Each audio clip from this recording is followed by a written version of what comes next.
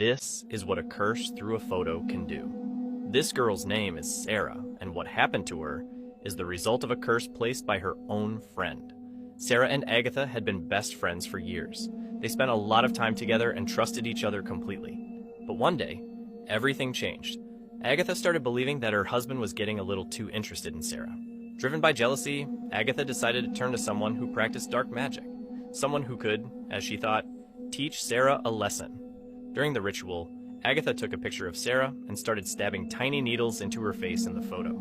Almost immediately after that, Sarah began to feel unwell, especially with her skin. It started with redness and itching. Then, her face began to swell and deform in ways that terrified her. She went to doctors, ran countless tests, but no one could give her a clear diagnosis. The symptoms looked like some kind of severe allergy, but treatments didn't help. Over time, Sarah's face only got worse. Her skin sagged, her face became puffy and distorted. It took a huge toll on her mental health and confidence. In desperation, she turned to alternative healers, people who specialized in energy work and esotericism. One of them told her the unthinkable. Her condition was the result of a curse cast using her photograph. After several cleansing and protection rituals, Sarah's condition slowly started to improve.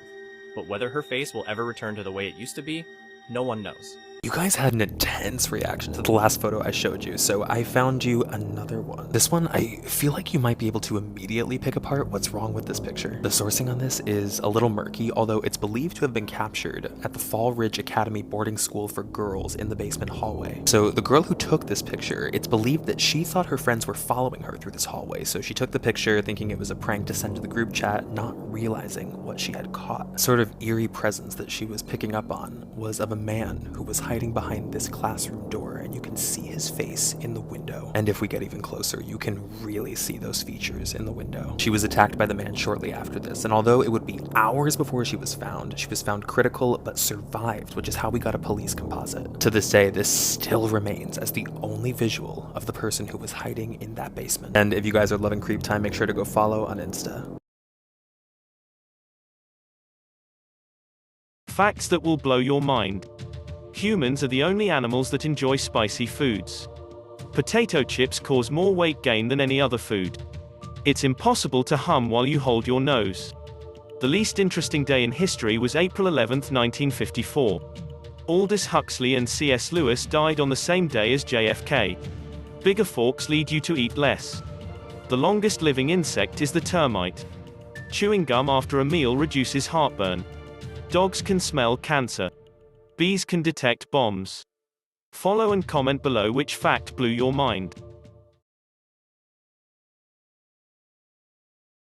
Imagine waking up to be told you stabbed your boyfriend to death and you have absolutely no idea. Bryn Specker was a 27-year-old woman from California. It was 2 a.m. on Memorial Day 2018. She'd been dating 28-year-old Chad O'Meara for a couple of weeks. The pair had been hanging out a lot since initially meeting at a dog park. Chad was 26 and worked as an accountant and an amateur boxer. On the night in question, the couple were at his apartment in Thousand Oaks. They decided to smoke some substances together and had no idea that the decision would change their lives forever.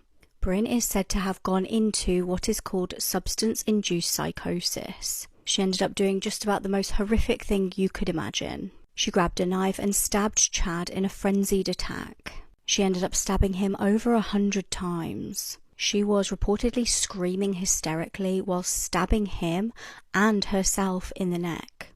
She then, and trigger warning here for animals, she then stabbed her pet dog, an Alaskan Husky. Emergency services raced to the scene and there was blood absolutely everywhere. Bryn was still screaming and officers had to hit her with a baton and also taser her in order to get the knife out of her hand and subdue her.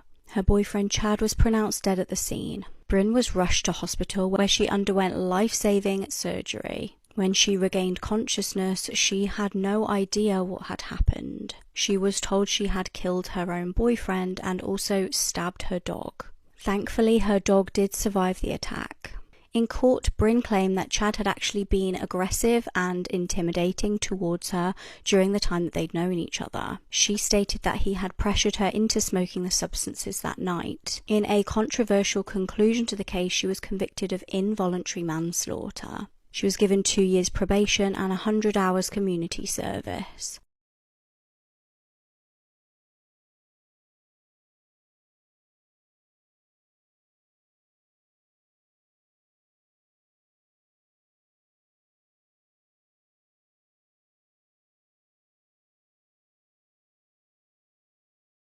Creepy murder cases you haven't heard of.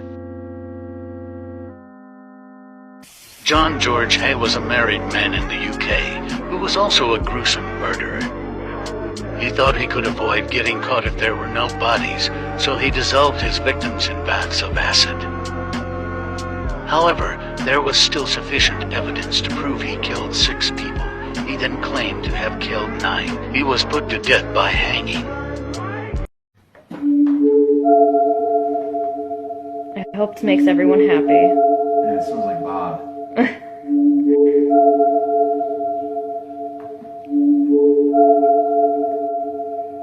It's gross.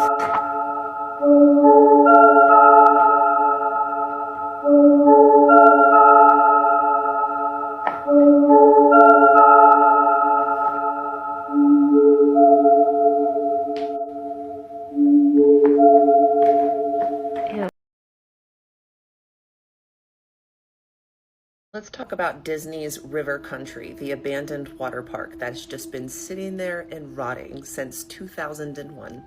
Also, apparently it's infested with alligators. Love that.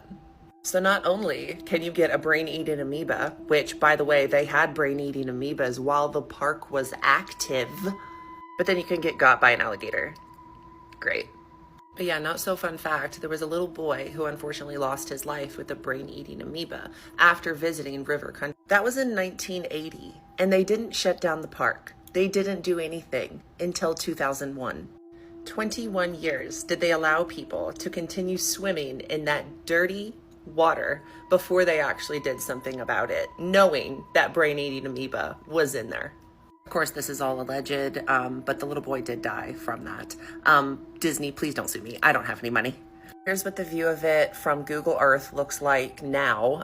Look how overgrown it is with foliage. That's what it looked like when it was active, and this is, I have a huge phobia of abandoned amusement parks, but especially abandoned water parks. There's something just so vile about an abandoned water. Watch these videos of some urban exploration of them showing parts of the park that are completely abandoned, and how do you feel about this?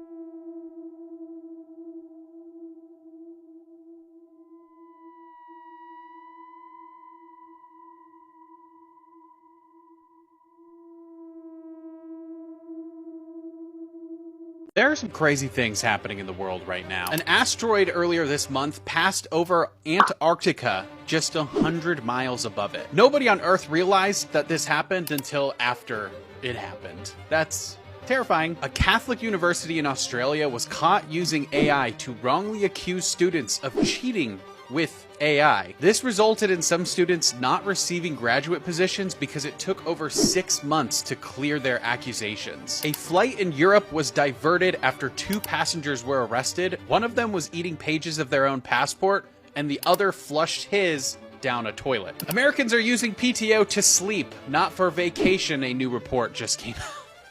SpaceX built an escape system that could save astronauts in seconds. It's basically a giant slide that accelerates the astronaut up to 400 miles per hour to get into safety. That's actually kind of cool, honestly. The Breaking Bad star Raymond Cruz was arrested after spraying his neighbor's child with a garden hose while washing his car.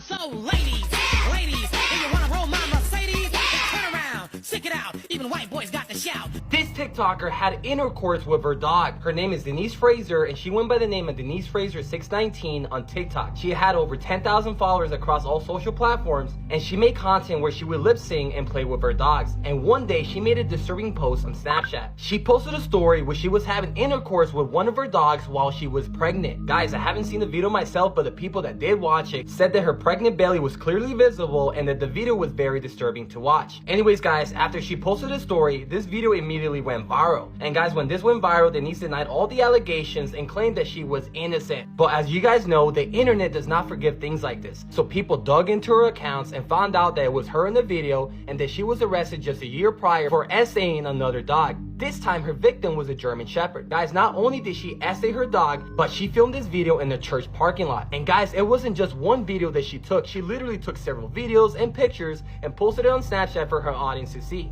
Many of her audience were little kids, by the way. And when this incident happened, she was arrested and charged with animal cruelty, but she was eventually let go and she was ordered to stay away from animals, which she obviously didn't do. And when she was let out the first time, she made this post mocking the whole situation. This is what the post said, guys. If I'm such a bad person, then why didn't my dog file a police report then? He must have liked it. Guys, this girl is clearly sick in the head and doesn't take things seriously. Now let's go back to the second time she was arrested. The sheriff who took her case said that this was one of the most disturbing cases that he had ever worked with in his 17 years of law enforcement. He also said that Denise had dozens of videos of her having intercourse with multiple dogs and that the investigators who watched the videos were severely traumatized. He also mentioned that he asked Denise why she did all those things with her dogs, and she said that she did it because they were her service dogs. Anyways, guys, Denise was booked with charges of animal cruelty and unnatural intercourse. And as for her dogs, they were taken to a nearby animal hospital where they are getting medical help. Denise was later released on a $25,000 bond. Denise is now a free woman and has since adopted a couple of new dogs. By the way, guys, this happened in Mississippi, so shout out to Mississippi.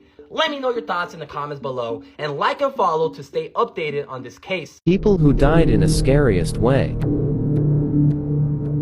Edward Mordrake.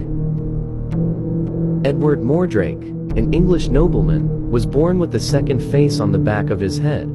It didn't speak, but it would smile, cry, and whisper to him at night. Driven mad by the torment, Edward took his own life at just 23. He begged for the second face to be destroyed after death. Elisa Lamb. Elisa Lamb, a 21-year-old student, was staying at the Cecil Hotel in Los Angeles when she mysteriously vanished. Weeks later, her body was discovered in a water tank on the hotel's roof. Guests had been unknowingly drinking and bathing in the same water. Her elevator footage went viral, and no one knows how she got there. Gloria Ramirez. In Riverside, California, 31-year-old Gloria Ramirez was rushed to the ER due to cancer-related issues. But when nurses and doctors approached her, they collapsed one by one. Her body emitted toxic fumes, causing mass panic. To this day, no one knows exactly why her body turned deadly.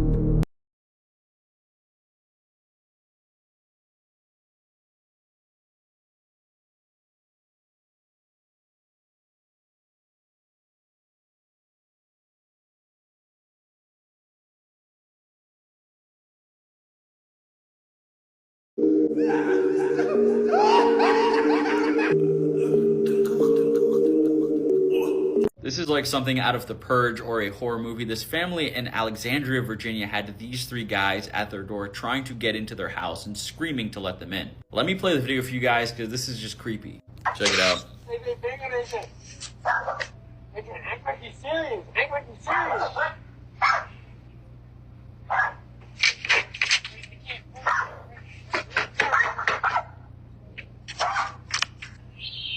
Open the door! Open it! Open up the door! Father, we will make our way in somewhere in this house. From the back or the front, it don't matter how it takes. Open the door! Open the door! Open the door!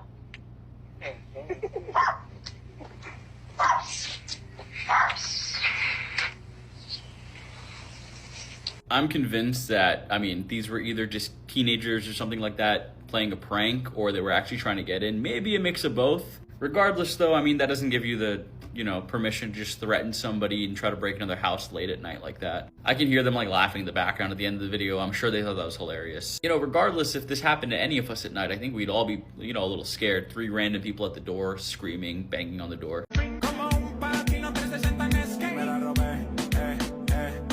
This TikToker's head was found in a shower. This is 21-year-old Angie Diaz, and she was a TikToker with over 50,000 followers. Guys, she posted videos showcasing her personality just like this one.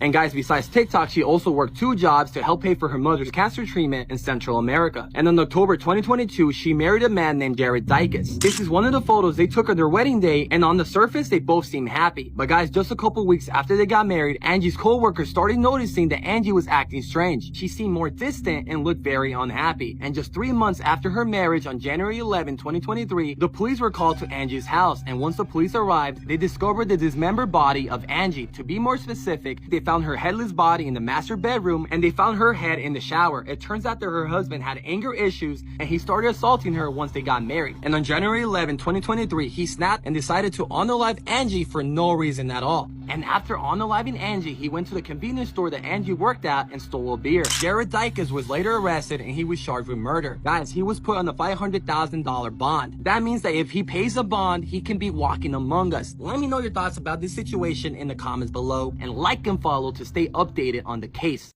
Morbid Facts, Part 350. In 2021, a Pennsylvania special ed teacher sexually assaulted a 14-year-old student. She then got out on bail and continued meeting with the boy until one day she saw police approaching and shot herself right in front of him. In 2010, 80-year-old Maria de Jesus Arroyo was pronounced dead after suffering a heart attack and brought to an LA morgue. A few days later, morticians returned to pull her body from the freezer and found her corpse suddenly covered in bruises as if she was beaten up. It was later determined that she was still alive and tried to get out, breaking her nose in the process, but she eventually froze to death. In 2005, the Liverpool soccer team reached the European Champions League final against AC Milan, but they were down 3-0 at halftime and defeat looked inevitable. That's when depressed Liverpool fan Mark Houghton had seen enough and decided to take his own life. But in the second half, Liverpool managed to score 3 times to tie it up, and ended up winning on penalties in one of the greatest comebacks in team history. This Israeli pedophile was allowed to leave America after he was arrested for attempting to solicit a child for sex. This story will disturb you. So this is Tom Artyom Alexandrovich. Tom is a senior Israeli official and head of the Israel National Cyber Directorate's Technological Defense Division. So in August of this year, the Las Vegas Metropolitan Police Department conducted a sting. They were arresting pedophiles who were attempting to prey on children using computers and technology. And according to the officials, this sting actually captured, amongst others, Tom being a top Israeli official. Over a 2-week period, 8 people were arrested, but Tom was definitely the most high profile, and the suspects all faced charges of, quote, luring a child with a computer for a sex act. But then all of a sudden, Tom vanished. So for some reason, Tom, who was facing charges of pedophilia, he bonded out of jail. It was a $10,000 bond. That is, pretty standard for American criminal justice. However, Tom was then allowed to get onto an airplane and flee the country. He was allowed to go back to Israel even when he was facing felony charges stemming from attempted sexual contact with a child. Obviously, people immediately raised red flags here and said, this makes no sense. Because I don't know about you guys, but typically when an American citizen or someone living in America is arrested, they're not allowed to get out on bond and then immediately leave the country. That is just something that doesn't and cannot happen. However, it was relatively easy for Tom. And a lot of people have been stating online that they believe that there was some sort of influence from our current administration in helping to grease the wheel to allow Tom to get out of the country without question. I think this is highly, incredibly suspicious, and I think there needs to be some sort of disclosure eventually about exactly what happened here, because clearly this is not normal. What you're seeing here, what this story really alludes to, is not normal. And I don't know about you guys, but if someone tries to molest a child, I want to see them rot in prison for as long as possible. I'll keep you guys updated on what happens here with further FOIA documents, but why don't you let me know your thoughts on all of this in the comment section.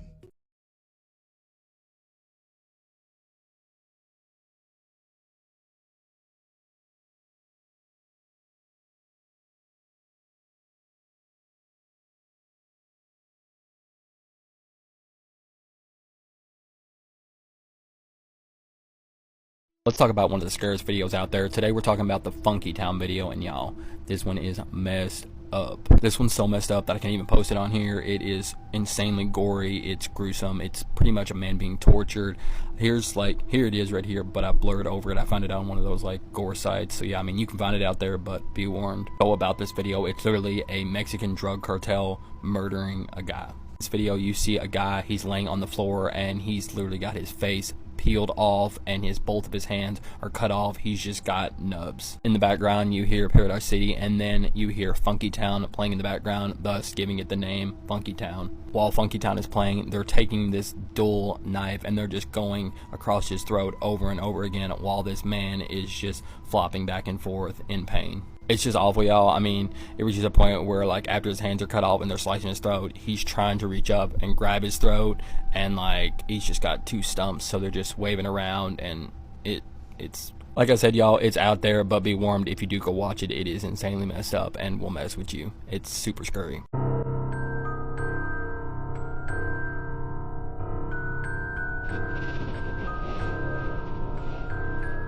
He took her life in front of the whole class because she rejected him.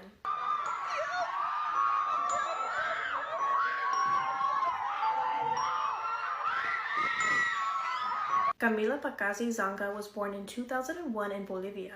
She had dreams of becoming a teacher, and in order to achieve those dreams, she went to a school that was hours away. She was a single mother to her 5-year-old son, and unfortunately she had to leave him behind when she would go to school, but luckily her family would take care of him. Although it was very hard for her to leave her son behind, she knew that her sacrifices would later pay off in life. While in school, Camila came across this guy named Edwin Marcos Calle Juanca. He was obsessed with her and would act very aggressive towards her. It got so bad that even at one point Camila thought about dropping out, but she continued to stay. Camila's peers even noticed how obsessed Edwin was with her and how badly he wanted her to be his girlfriend. It even came out that Edwin was so aggressive that one time a teacher told him to take out his headphones, and he punched that teacher in the face.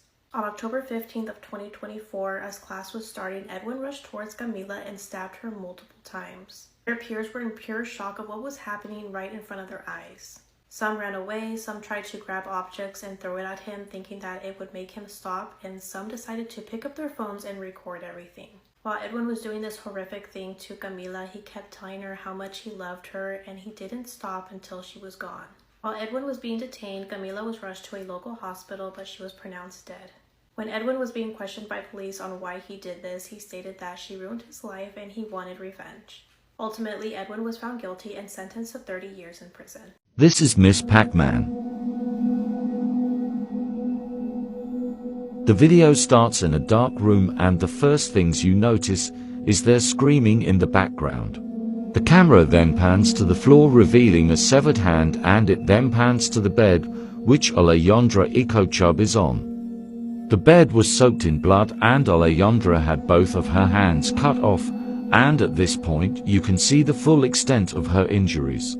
Alejandra has been hit in the face so hard with the machete that she has a horizontal wound going across her face that was so deep that it actually reached her ears. The wound was halfway up her face, right in the middle of her nose, and it was horizontal, hence that name of the video, Miss Pac-Man. Because of the sound was so deep it looked like an exaggerated mouth. But the disturbing this is Alejandra is still alive, and at this point you discovered screaming in the background isn't her, but actually someone else in the house, and according to rumors and reports, it's actually her children. The camera pans her face and it shows she is still aware and conscious. Her eyes are moving across the room in complete pain and fear. You can hear her struggling to breathe due to the insane amount of blood.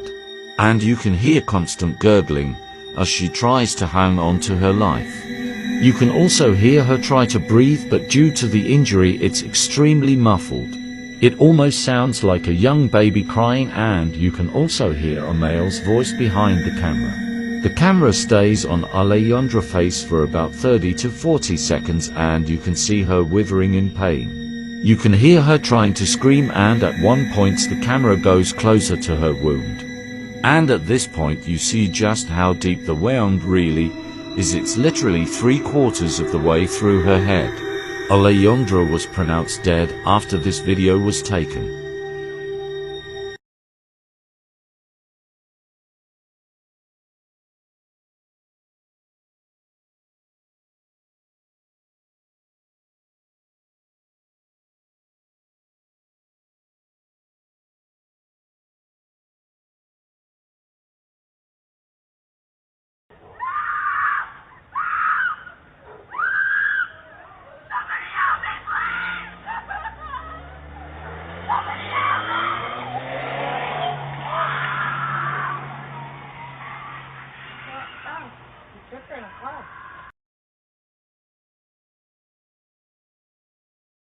there was this man named Jonathan. Now, Jonathan said when he was younger, he would go and visit his grandfather who lived in Louisiana on the bayou.